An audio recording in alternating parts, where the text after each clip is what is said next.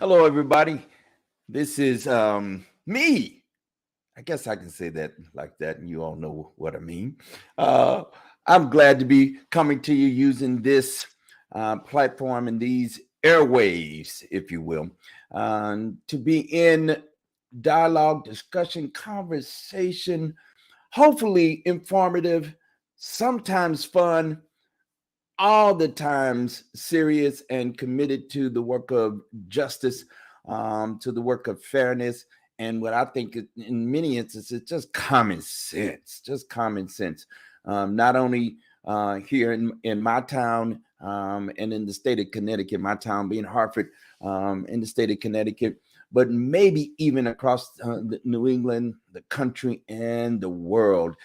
This is Relevant Conversations with me, your host, Bishop John Seldis, and I'm here tonight. We're going to have I'm calling it a fun and informative discussion across a number of different areas, a number of different concerns and or issues that are at least important to me. These are, I've called tonight's offering a discussion around Connecticut, our Connecticut partners, and I view the folk who will be joining us tonight as partners. I am part of the work. They are a part of the work that we think is important, and I am happy and pleased. Let me bring from the green room into this conversation our friend and our colleague, our sister in the work, Laura Del Savio. Laura is a staff person. She is the person that runs, I'm going to say it like that, Laura. I hope you don't be mad at me. That runs the conversation around ranked choice voting here in the state of Connecticut. She is the leading champion, the leading voice, and chief bottle washer and organizer. How about that? How'd that do, Laura? How'd that do? That was amazing. I feel really important right now. Appreciate you.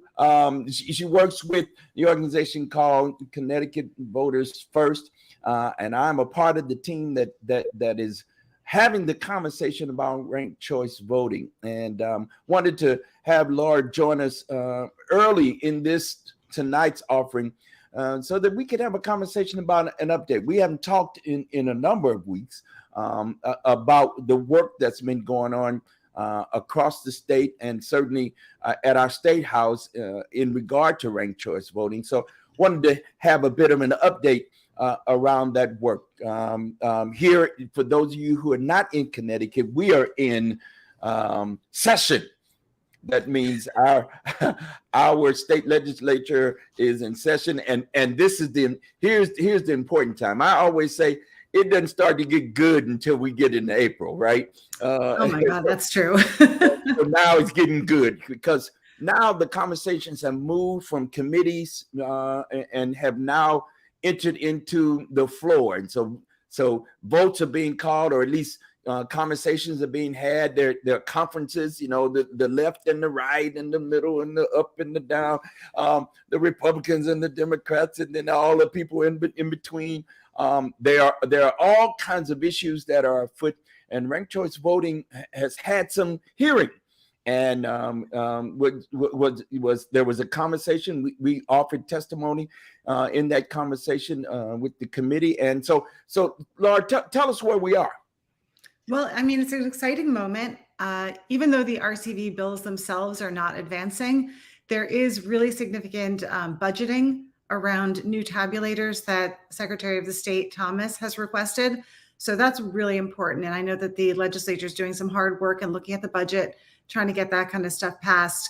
Without those tabulators, early voting, ranked choice voting, all of these things are going to struggle to be implemented. So we totally support Secretary Thomas's work in getting that budgeted. But, it's an exciting time for us too, because as we shift away from our legislative efforts, since the bills did end up not moving forward out of the GAE, we're thinking about next year even. We're thinking about what's the long term for Connecticut Voters First, for ranked choice voting in the state of Connecticut. And we need more people. We need more Connecticut voters I love what you said about common sense, to recognize that this is just a common sense reform. It's not partisan. It's really just going to do a world of good for a lot of people. Thank you, Laura. Yes, here in the state of Connecticut, let me just offer this up that right now in the state of Connecticut, we, along with New Hampshire, I don't mind being, you know, connected to New Hampshire in a certain kind of way. It's a good place. It's a good place. Then it's going to get fuzzy now. Mississippi and Alabama are the 4 states in the 50 United States that doesn't have some kind of early voting right now. That's what the state of Connecticut is actually dealing with. So we have joined the work of those who have been championing what we're calling the Voting Rights Act of some sort that actually brings us into the 21st century, right?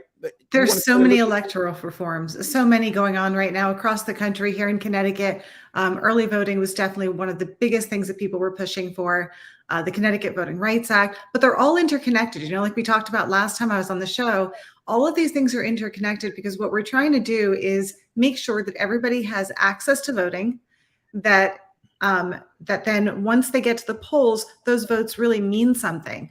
And not just a symbolic, I'm going to go there and show up and be counted, but I'm going to show up, be counted, and what I have to say is important and it matters on my ballot.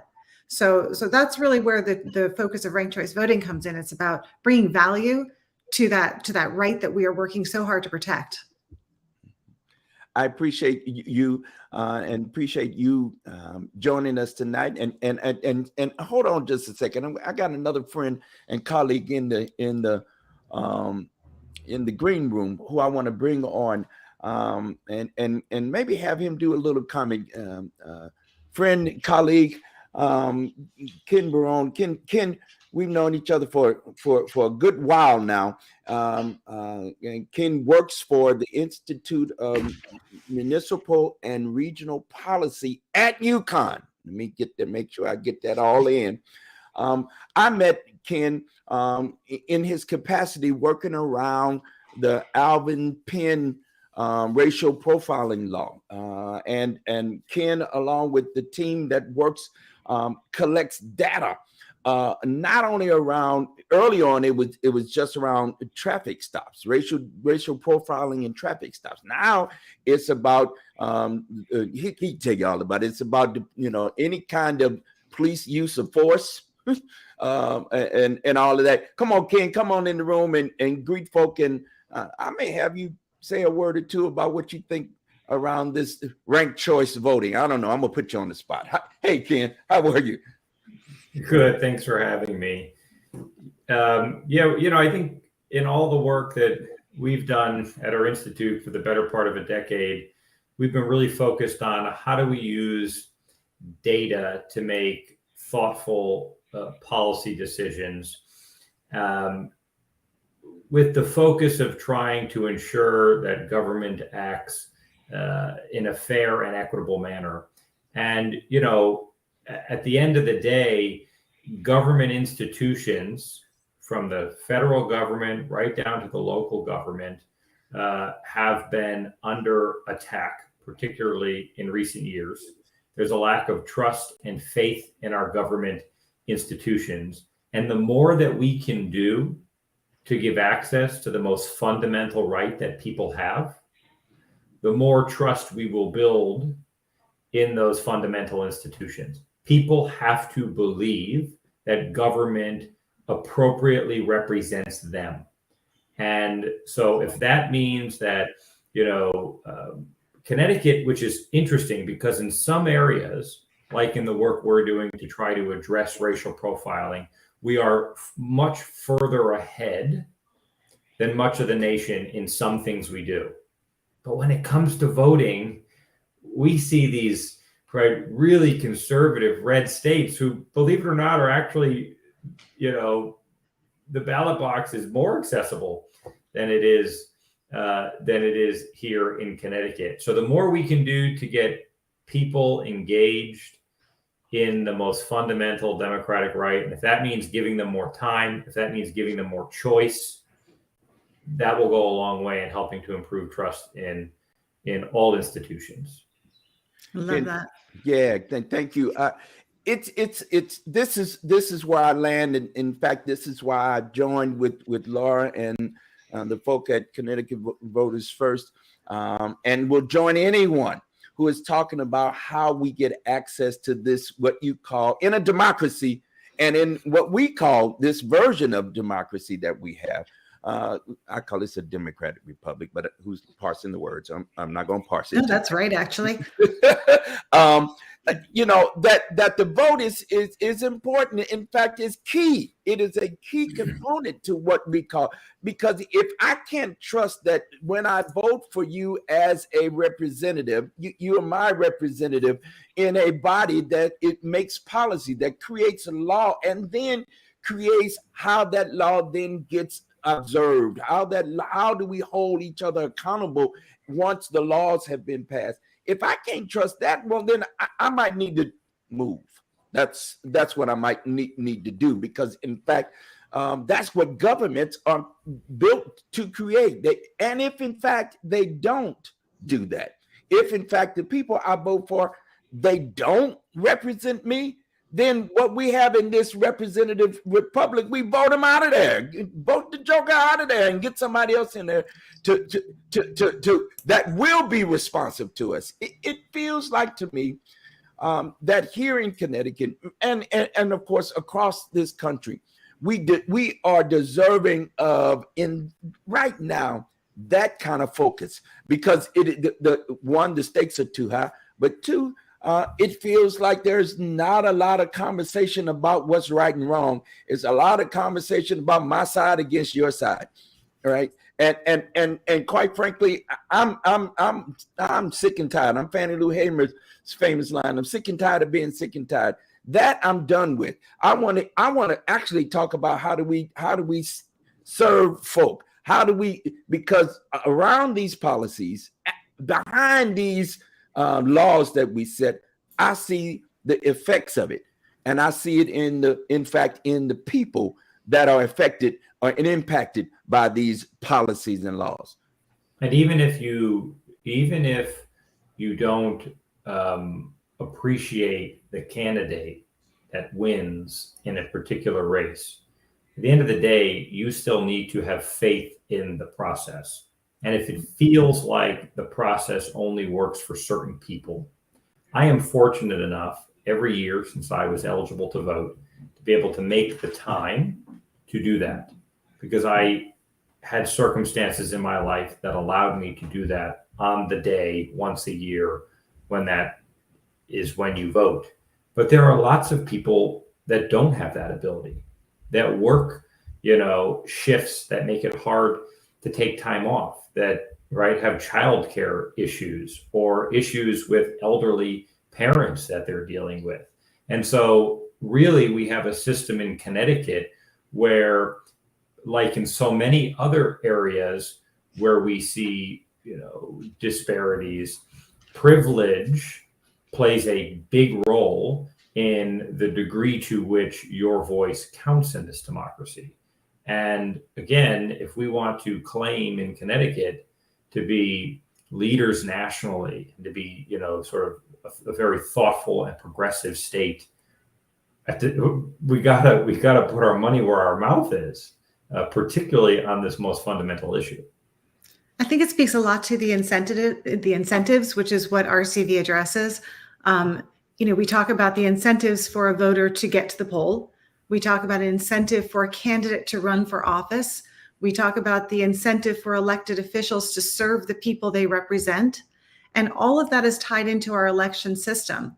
So by changing the incentives in the election system itself, by making it so that it is valuable to a candidate to be an inclusive campaigner, to be a positive campaigner, to build consensus and to build unity and collaboration instead of that division that you were talking about earlier, then we can really make a big difference for not just the voters, but also for the people who want to run for office.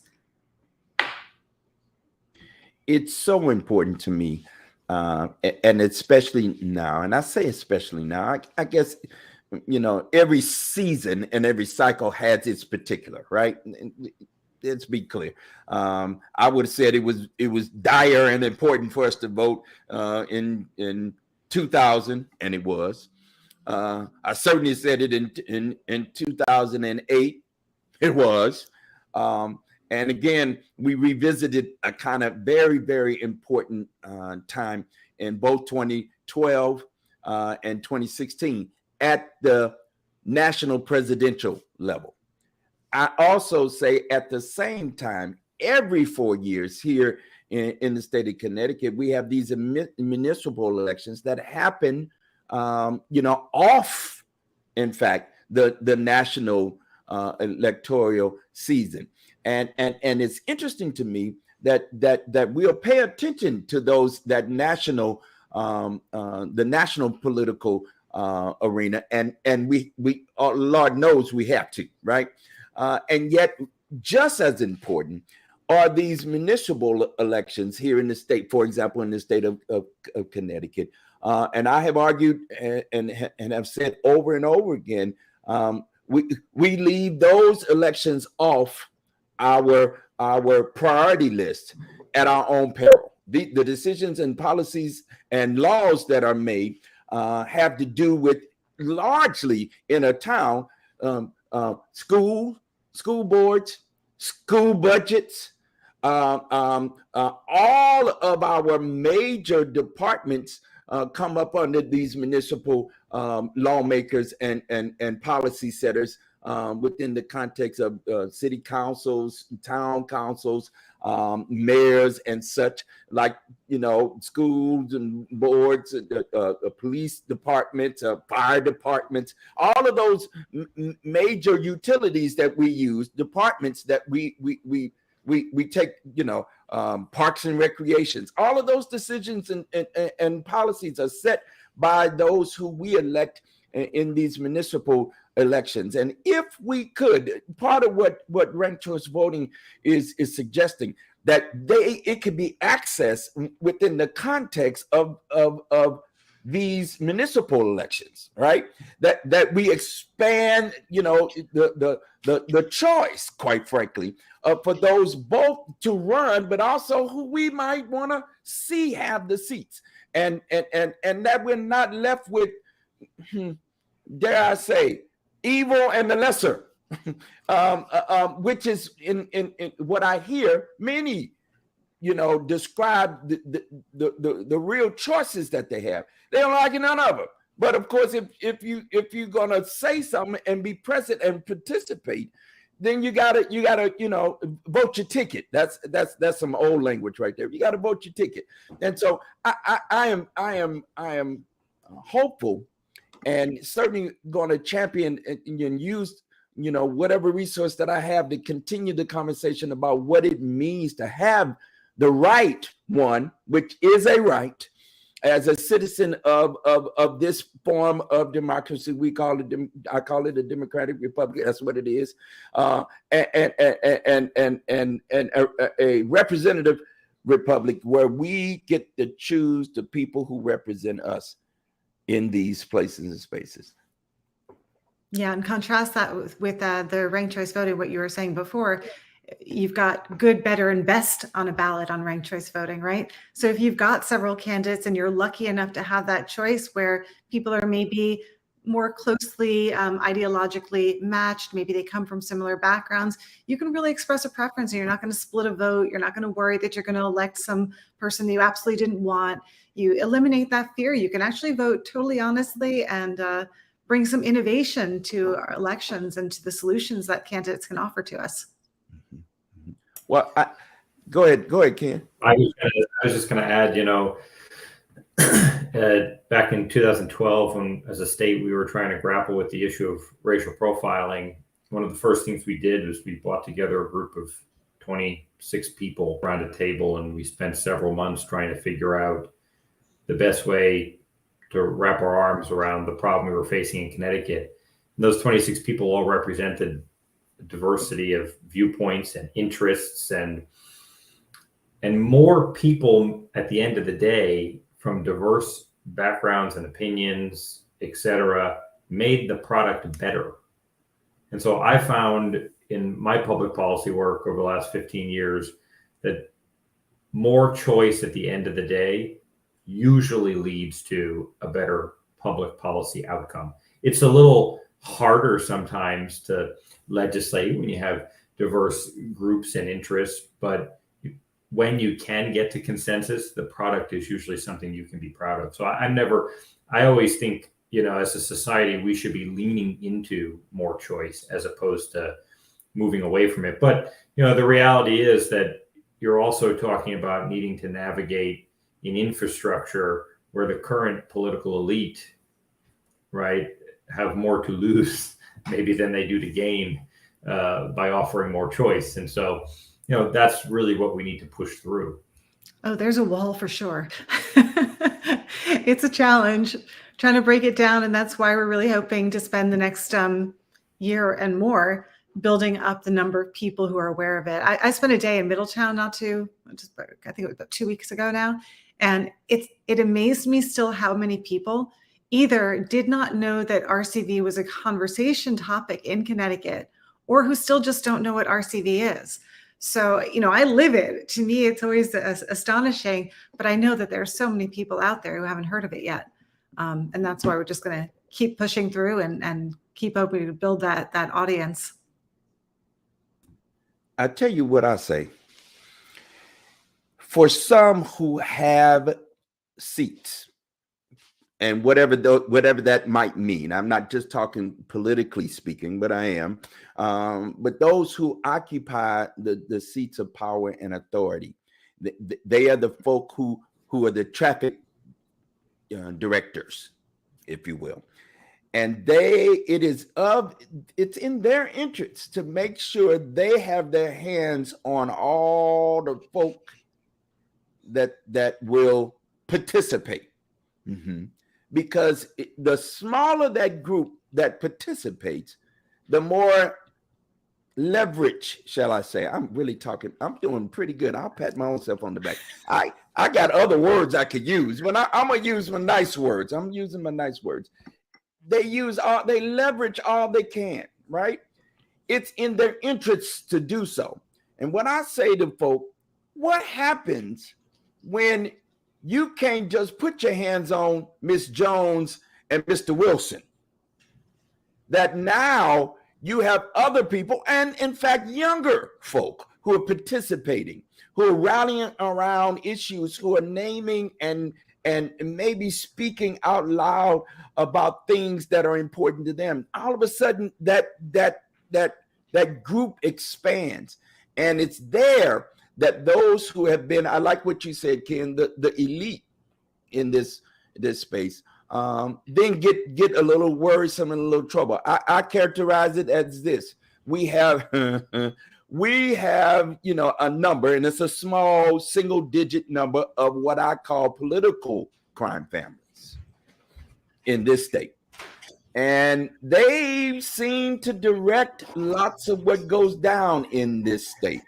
You can follow in the flow of you can navigate who's in charge, who gets elected, who gets to say what, who's in front of the whatever it is, vis-a-vis those particular families, right?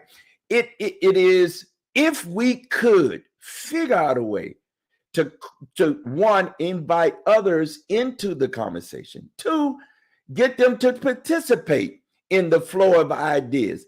It is in fact at that place, that's what democracy does its best work, when we are in full conversation. And quite frankly, it doesn't really matter to me if we agree or not, because we'll vote it out after a while, right? But can we participate? Can we get enough of us who care enough and who are willing to put both voice but some action on it in order for us to have a better, more healthier democracy?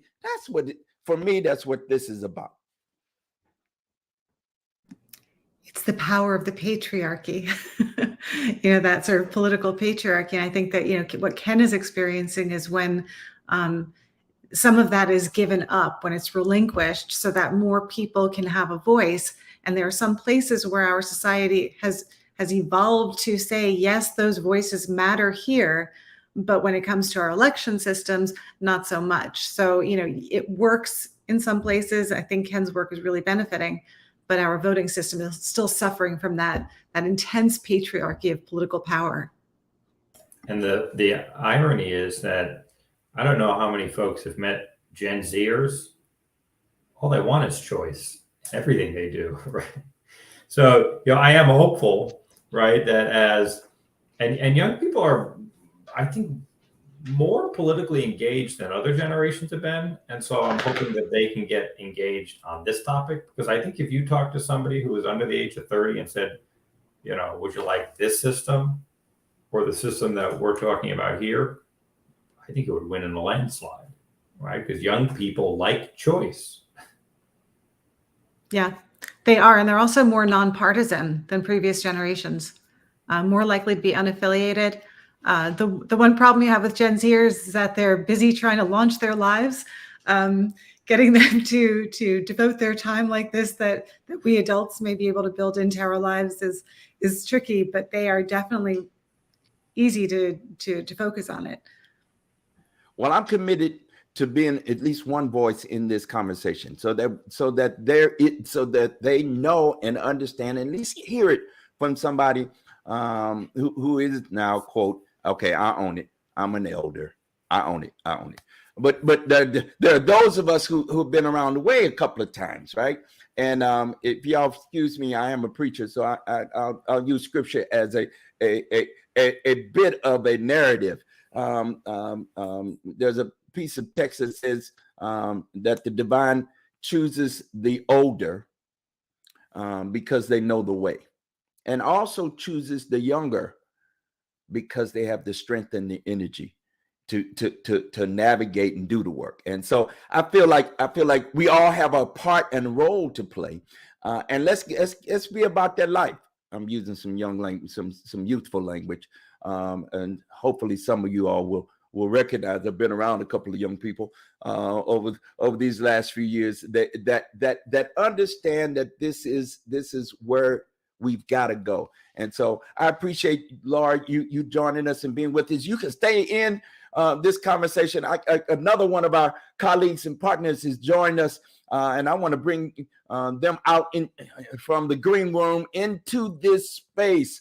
Number of years ago, when we started doing the work that we do, this young man, I guess you still young, yeah, think maybe, I don't know, joined us and has been championing the cause of justice around the state, and certainly in the space and place that he lives and resides. Brother Robbie Goodrich, come on in the room and greet these fine people tonight. I appreciate you, Robbie, for joining us.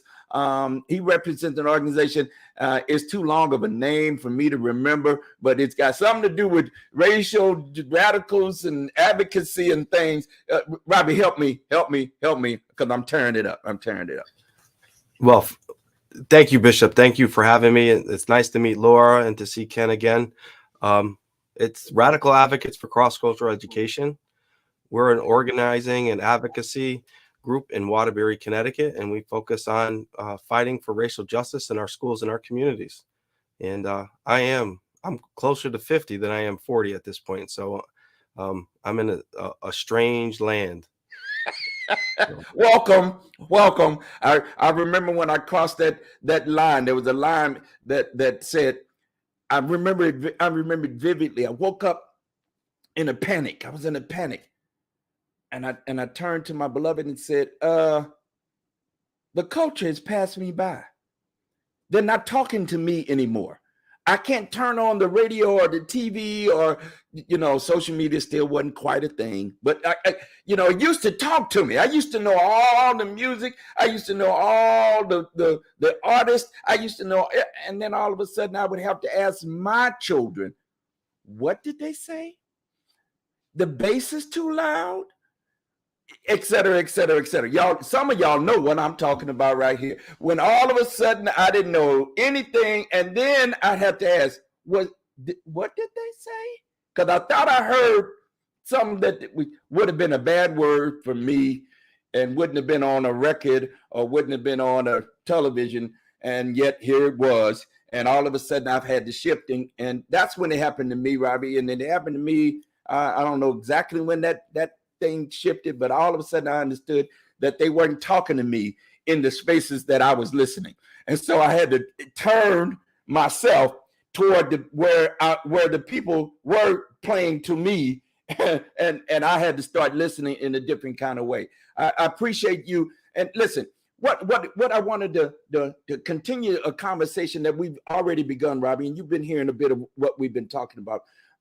We turned our attention a bit to, as many of you know and who have been following us along in Waterbury, but this is not just a Waterbury conversation. This is a statewide conversation about the use of force in our state.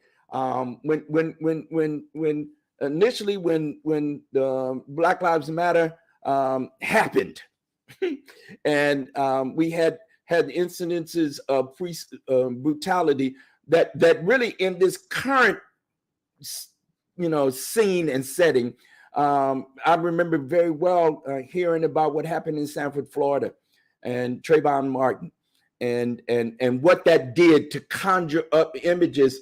I remembered then Emmett Till and others where there was some excusing of while people's lives were taken, and excusing of both process as it relates to police accountability and our judiciary, where they would even go down to the court. There would be a trial and there would never be any convictions, right? And so I lived through some of that. That was that, of course, Emmett Till predates me, but certainly not the aftermath of such. And so here we were, Trayvon Martin, then the names we've all heard, Mike Brown, all down the way to this 2020 version of it. So we, Ahmaud Arbery, Breonna Taylor, and then George Floyd, and we got busy. Some of us who had been doing this work a while, and I've appreciated, of course, having Brother Ken, who did the racial, who actually gave us data. We were talking off the top of our head. We kind of had some versions of both anecdotal, but some information. But what you were able to do, you and your team, Ken, you were able to give us data just around police traffic stops.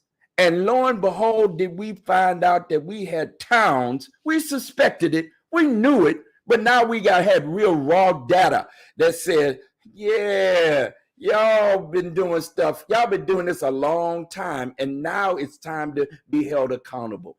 And so, Robbie, could you talk a little bit about what's been happening in Waterbury? And then I want to make this a broader conversation around what's happening across the state.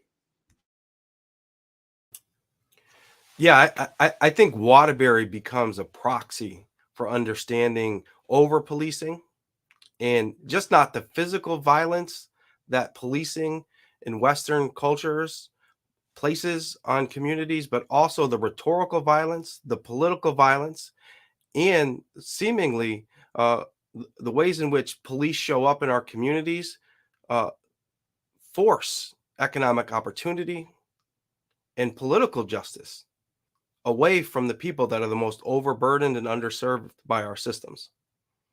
And so we often, and I'm very thankful for the work that Ken does. I have a background in data analysis myself, and that's how RACCE was started, is sort of aggregating school suspension and arrest data and making sure that people knew the truth about the data.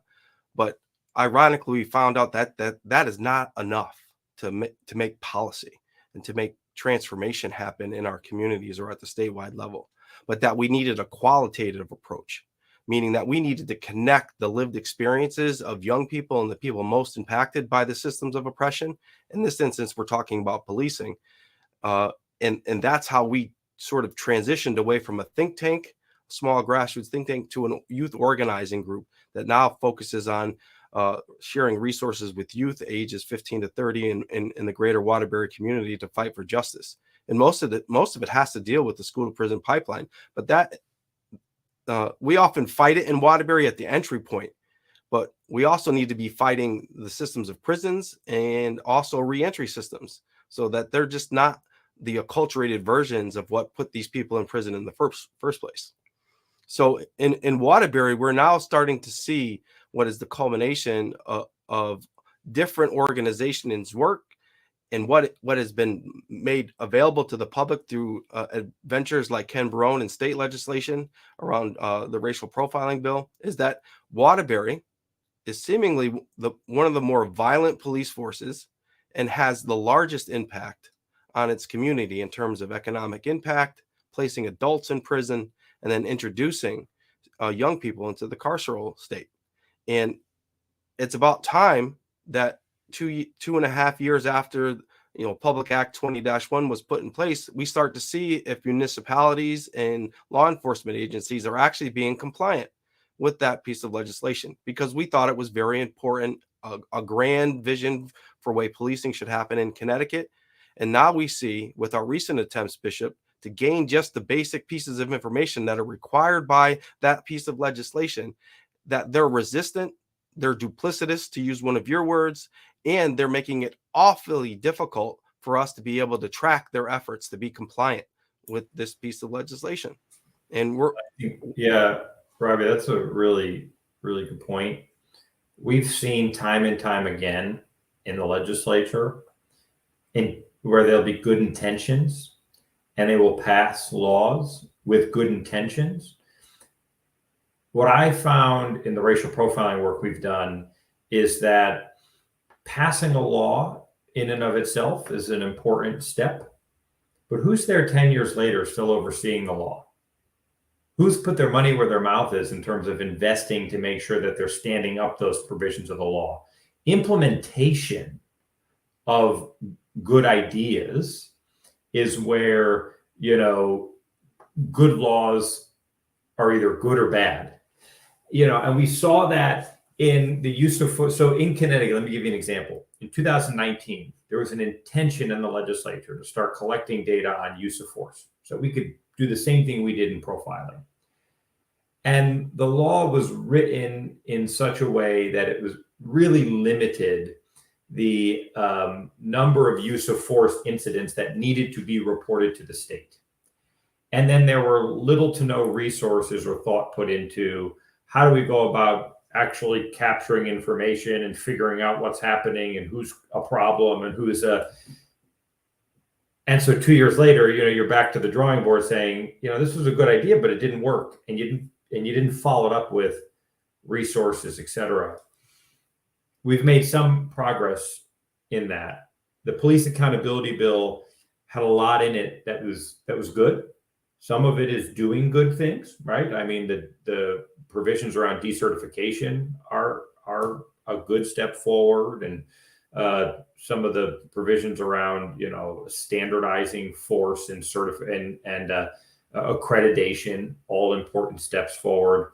But at the end of the day, this is always controversial when I go to community forums and say this, but I hope it has a friendlier audience here. We're also playing a little bit of whack-a-mole, right? So because we're not fundamentally addressing the underlying causes of certain issues. So for crime, right? Let's talk auto theft. I do a lot of research in auto theft. And we've heard over the news for the last several years, all these kids, right, are stealing all these cars, and we need to take Waterbury, for example. I think in Waterbury, maybe there's, say, 10 patrol districts. So you probably have, 10, 12, let's say even 15 cops on at a time, at any given shift. And we see a small increase in auto thefts. Let's say auto thefts increased by 20%.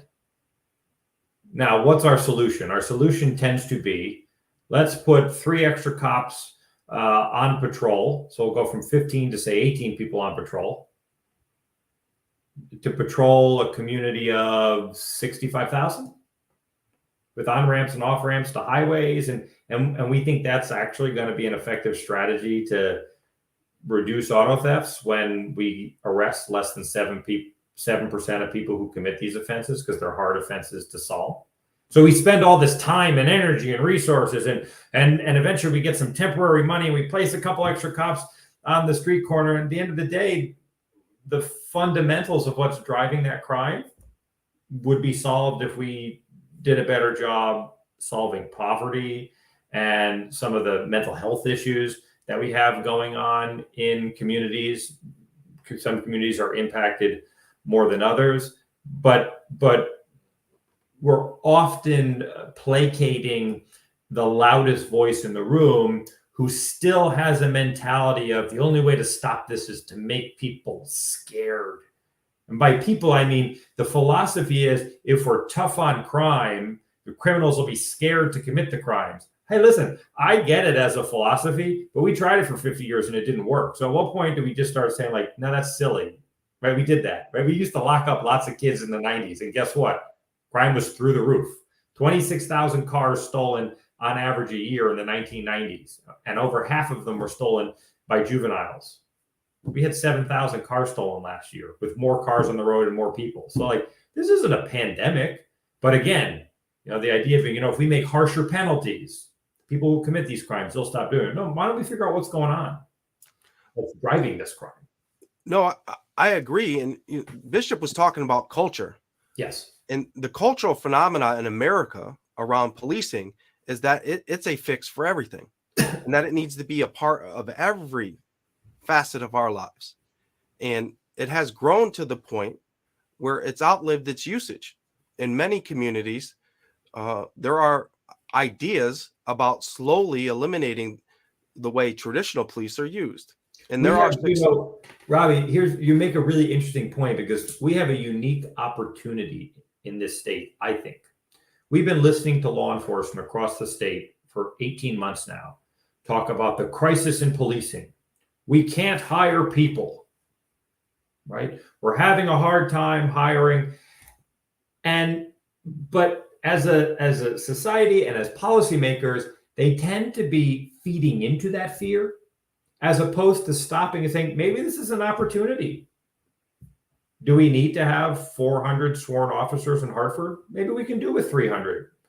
Maybe we take 100, the money we would spend on 100 positions, and we hire some social workers and some mental health counselors but we're not being innovative. And so instead, we see bills before the legislature that are talking about, we need to increase recruitment and diversity in the recruitment process. Okay, I'd love to see police forces more diverse. But again, that's just sort of going back to the old bag of tricks. Let's get more bodies, with badges, as opposed to looking at this as an opportunity to rethink public safety. No, it's a battle of hearts and minds at this point. Like, the data doesn't support policing in many communities in the way that it's put onto our communities. Crime is down in Waterbury 1 year over from last year to this year. It's down by 0.5%. Now we can get in. It's down by 0.04%. So crime, the narrative that is being pushed out there by police is one that it's not correct, but it also has an impact on the way people view themselves. And that cultural phenomena wears you down, so that you eventually have to accept policing as it's given to you. And it's our job as organizers to share resources with young people and people that are committed to reimagining public safety without police, more resources and more control over what happens. And we can shift that narrative through legislation, but it's more likely to happen through uprisings, meaning that we're disrupting the smooth function of the system and either slowing the system down or forcing it to speed up to get to more opportunity being distributed more equally amongst our communities, which hopefully would lead to more equitable treatment of people by police writ large. But go ahead. Go ahead. I'm sorry, Robbie. Go ahead, Robbie. Go ahead. Finish that. I'm sorry. No, because you say Ken identifies this as an opportunity. It is, but there are people that are that while we consider this an opportunity, that are simultaneously suffering from over policing on a daily basis. Today, I had the experience of taking a look at almost 3,000 pieces of paper of use of force reports by the Waterbury Police Department. There is lots of violence that happens every day as a result of policing in Waterbury. It is destroying me looking at these reports. It is the emotions that I am going through, who have not been a direct victim of police violence, is so debilitating. And just think about it. If you're that person that has been beaten up or assaulted by a police officer when you've interacted with them, what the effect that has on them. And this is happening at alarming rates. I can confirm through the reports that we got today that Waterbury has almost 3/4 of the use of force reports that they had all of last year in the first 6 months since July 1st. So that can't be overlooked. People are suffering both physically and emotionally because of police violence in our communities, and we have to find a way to stop it. This is what I have over and over and over again talked a lot about over the years. Ken, you raised it, and Robbie, you've just named it. In the way it has an impact in our communities. When we policymakers set policy in order, then we go to creating laws around those set policies. And what we don't do is say, how do we roll this out? How do we keep this on track? How do we keep accountability connected so that, in fact, after a number of years, we can look back at that thing and actually see what the difference has been made? We can make tweaks, we can alter. Maybe we need to push pause on all of it and start over again. That's what this is all about. I'm amazed at how often we still in Hartford elect constables, because that's the way we used to. That's the way, those were the law enforcement officers of a day that has long since left us. In fact, we didn't have police as we have them today, and the role that they play today. Michelle Alexander, in her book a number of years ago, kind of narrated how we went from this kind of constable, this kind of agent of the magistrate, to now these groups of people. Her book called The New Jim Crow, by the way, that narrated. We probably have this version of policing that we now have from that earlier time when you needed to catch those who were enslaved. We need to go get them and bring them back. And by the way, if you were black and brown, largely black, you were an African living here in America, even if you were a freed person, you might have been subject to those bands of officers, agents of the elite, who would have picked you up to say, hey, come on back down south and serve in the way that you serve. It wasn't about it all, the moniker serve and protect, not so much. And I say we've done a disservice in setting up policies and making laws without doing the other part of implementation. And let's circle back to voting, because right now we have a thing. We got some voting rights, that we've been trying to get and forwarded. And one of the clauses and one of the hiccups in this whole thing is, how do we fund it? Because we're going to actually need to have people who are in the system to count votes and make sure it happens, in a particular way. We have not figured that out yet, Ken. How do we both set policy and law, but also accountability and redress? If we don't do that, we've not done it. Yeah, I got to say, I think in terms of the follow-up, it really speaks to the importance of having candidates that come out of the communities that know these problems, who've lived these problems, who really can connect with them and aren't going to let them fall by the wayside. What's that old saying, Bishop Selders? You show me your budget, I'll show you your priorities, right? And it is still, to this day, very true at the federal level, the state level, the local level, sometimes right down to your local community. You know, if I could add, Bishop Silders, one of the things I think that we have not grappled with really anywhere in this country, but particularly in Connecticut as well, is we haven't reconciled with our past. You know, and I mean in a meaningful way. I mean, we talk about a little bit here, a little bit there. I think the generation today is a little more educated than maybe the last, but we haven't done an actual sort of truth and reconciliation process and healed and understood. And, you know, and there are ways to do it, right? I mean, the federal government under the last years of the Obama administration picked 6 select sites for a program that they called the National Initiative for Building Trust and Justice. And they picked 6 cities across the country that would go through comprehensive truth and reconciliation conversations and training with law enforcement and the community. To me, that was like, you know what? Let's invest more resources in that to understand, right? Right now, you know, the go-to is let's throw more money at police training. You know, if we could only give them some 8 hours of implicit bias training, that'll solve the problem. We haven't reconciled, you know, with the history of policing. And even if we could accomplish that, as I said at a forum a couple weeks ago, a lot of our police departments and a lot of the leadership in police departments, not just in Connecticut, but across the country, are representatives of the communities with which they serve. So, you know, Bishop, we've had many conversations about, you know, the disparities that we historically found in Wethersfield. And at the end of the day, you know, we could go in and we could try our hardest to try and address what was going on in the police department. Some of the, and by the way, they've made some progress under new leadership, which is good.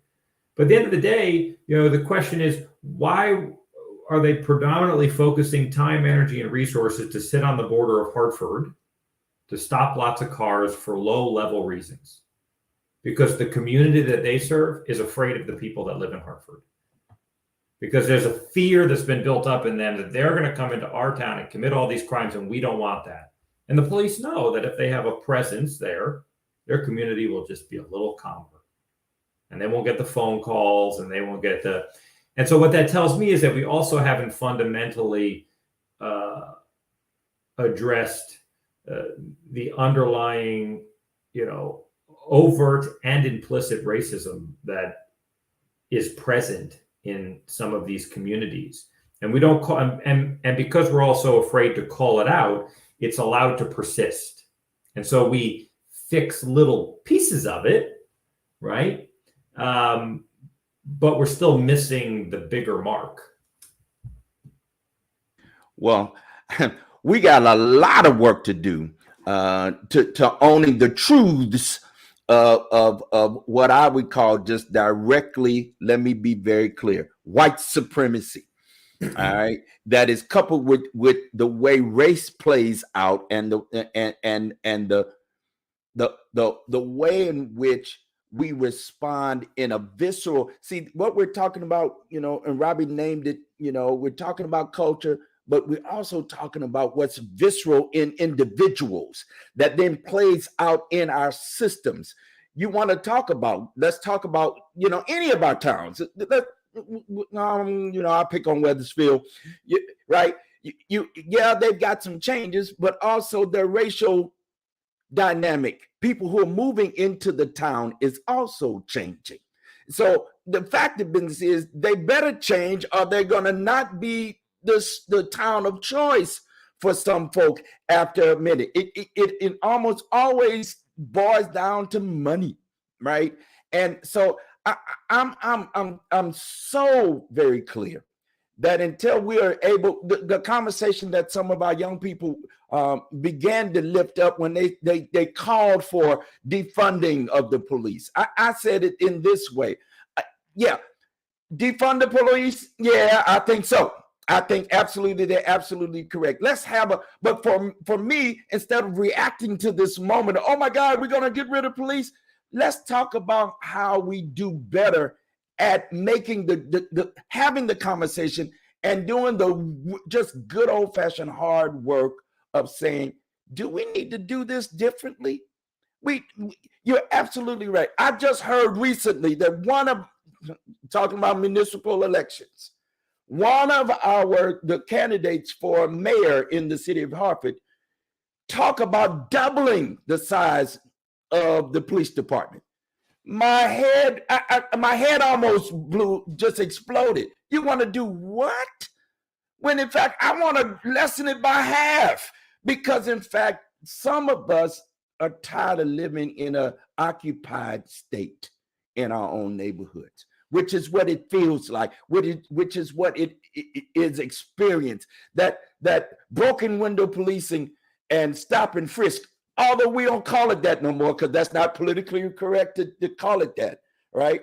That, broken window, to say if there's a window that's broken, there must be something bad and criminal going on. So that gives you license to investigate. Of course, then you couple that with, since you're on the street, let me stop you, frisk you, maybe pop you in the head or do some other kinds of brutal violence. Bishop, we don't call them jump out units anymore.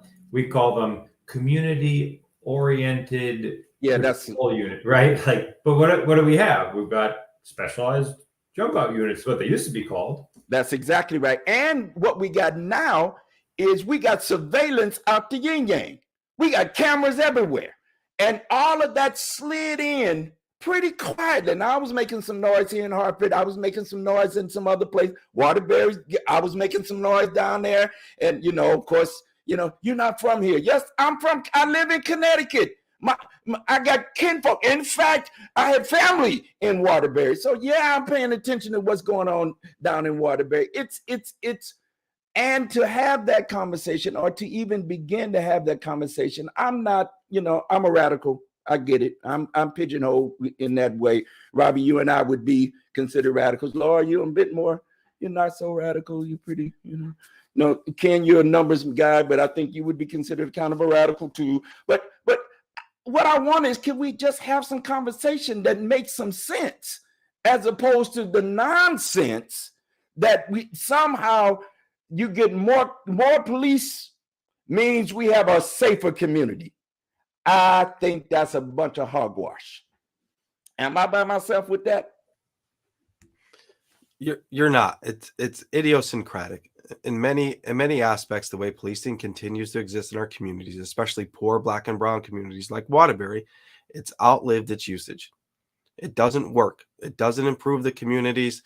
I can show you many levels of data and information from when I'll name names. O'Leary was the police chief.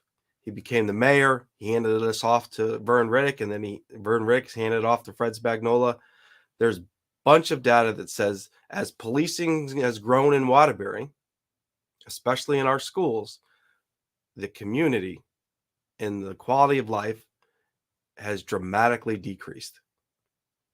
From health aspect, from income, to civic participation, it's all been driven down by this regime of policing that has happened in Waterbury, Connecticut. And that's why we think Waterbury is a proxy for all types of reimagining what public safety looks like without police. What is it that we have to lose? I mean, my community is at a moment of desperation. They're increasing policing, surveillance, police in schools, and there doesn't seem to be an end of it. So I'm not sitting here trying to say that there's a fire somewhere, and there isn't, but there actually is.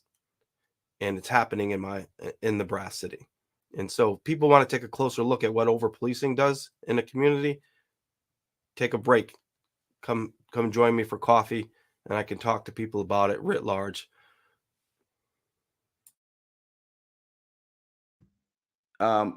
We just got a few minutes. We're a little past time, but I want to get some closing comments from everybody. Let me say this.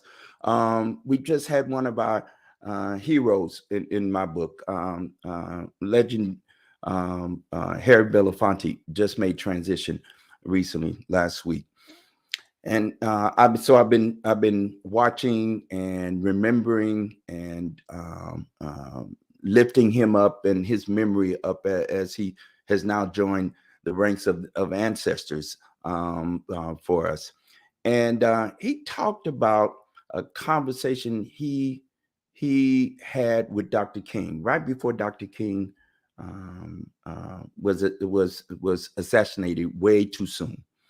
And he was lamenting, with Dr. King was lamenting. He was talking out loud saying, listen, I'm, in effect, and the exact quote, I'm not making the exact quote, but in essence, I'm in paraphrasing, he said that I may have worked these last years inviting people into a house that's on fire, right? That maybe the house, this and in his context, he was talking about segregation to desegregation, the house of desegregation, where he was inviting people to come on into a space that was already on fire and headed toward disaster. He was linking at that time. He was linking the triplets of evil. He called them militarism, materialism, and racism as these things that were working in collaboration. I think not a whole lot has changed, since Dr. King's assassination 55 years ago. It is very, very important to me that those of us out here doing the work that we're doing, whether that we're talking about the vote and voting rights and our choice around that, whether we're talking about police brutality, whether we're talking about poverty, we're talking about housing, we're talking about the decriminalization of some of this craziness that we got down here, the inequity that there is in sentencing. Ken, you've been in all of those kinds of conversations over these last number of years. Can we just do it around in these last few moments? What's important? That's important to me, that we come to this conversation ready to have some serious and deep conversation, and important conversation. How might we forge some new paths and some new sinews, quite frankly, because it seems like you just can't put the data up and say, here are the facts, bud. Here are the facts, sis. Let's go with it. That doesn't seem to work so much.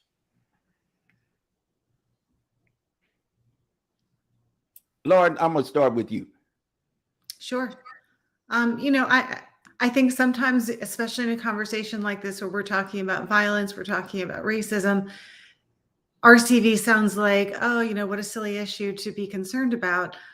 But it cuts to the core of all of these issues.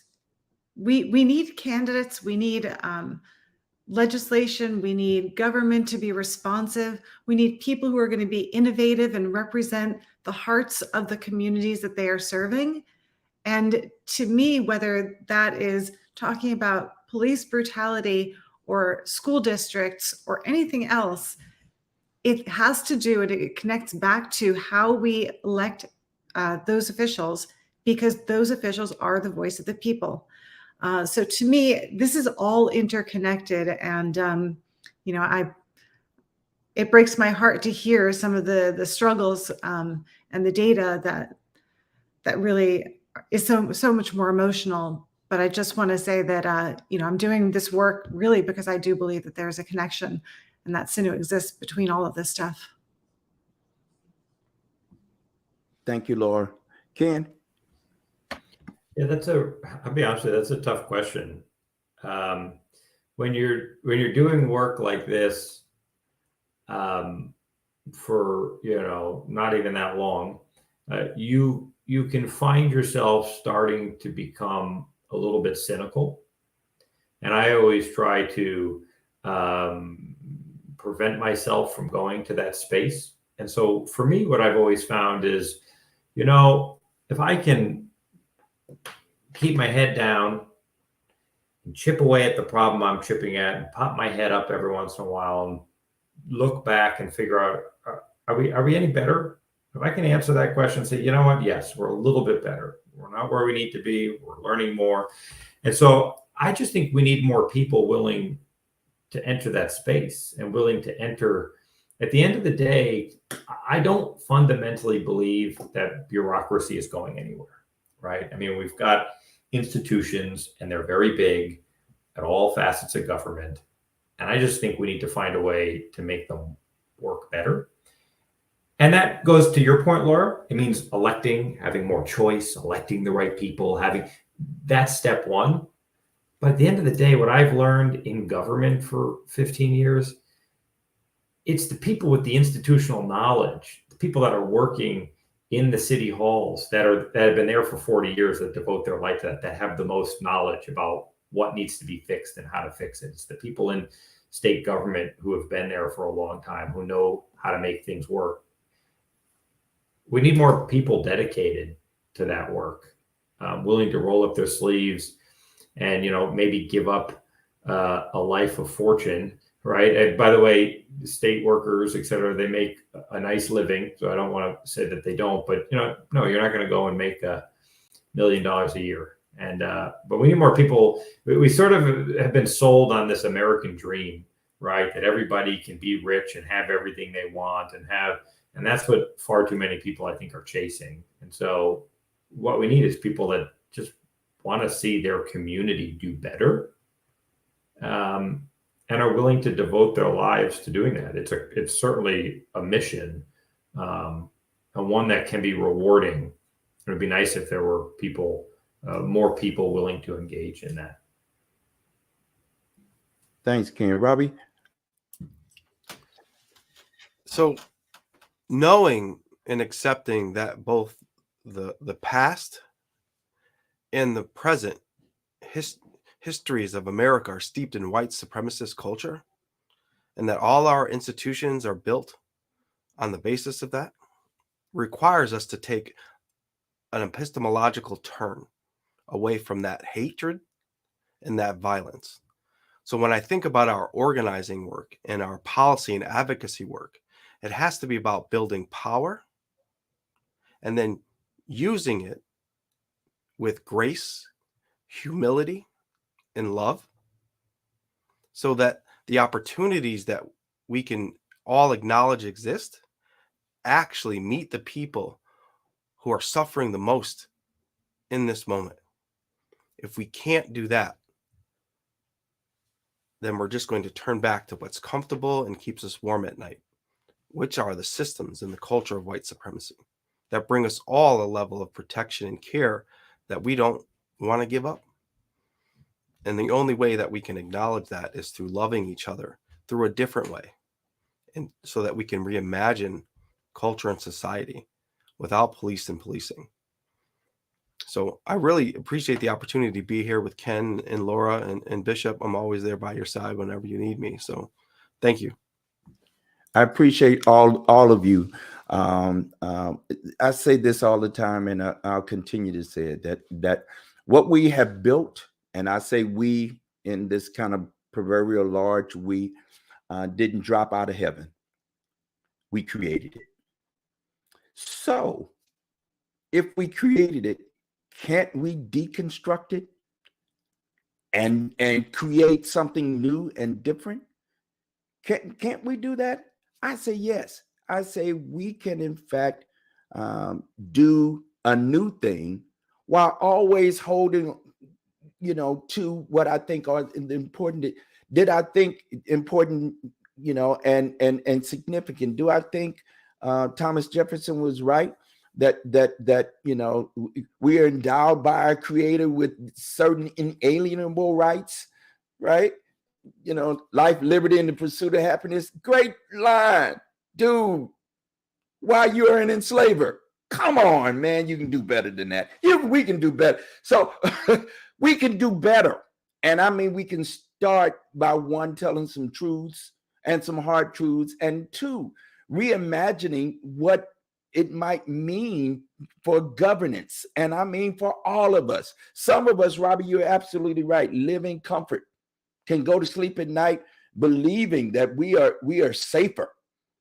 And there are others of us, and I'm one of them, that worry every time my kids are out in these streets until they call me and say, I'm home, Daddy, or until they come home, then I'm worried. But it ain't just my children, but they're the young people in my community. They're the young people who are members of our congregation. They're the young people who I get the opportunity to interface with, who call me their pastor, who call me the bishop, who call me dean. These are the young people that I have something to do with. And then they're the young people within our cities and the young people you serve and work with down in Waterbury. I know some of them. The young people in New Haven and Bridgeport. I know some of them too. It is. Dr. King said it best, and I'm gonna just script it. I'm gonna just narrate it, just what he said. He said, we're connected in an inescapable garment of destiny. What affects one affects all of us. It is from that context, he says, injustice anywhere is a threat to justice everywhere. And so it is for me. I like what you said, Ken. I think a number of us need to get a calling. I can say it. I'm a religious person. We need a calling, not to make money, but to do good. And some of what I can say about each of you, you have come and acknowledged that calling. You out here doing the work. It's way past our time. Thank you so very much for the three of you joining us in this conversation tonight. Of course, because it's me asking you all to say yes, I hope. The next time I call, and you won't say, oh my God, Bishop is on the phone. He's calling me or texting me again saying, can I come on? I appreciate you so very much. You add value to what it is that we're trying to do. And I look forward to being in conversation with you real soon again. Certainly on this format, but of course in the work, and we'll see you in these streets. All right. Thank you all very much. Thank you all for listening, and we'll see you all very soon. Peace. Bye.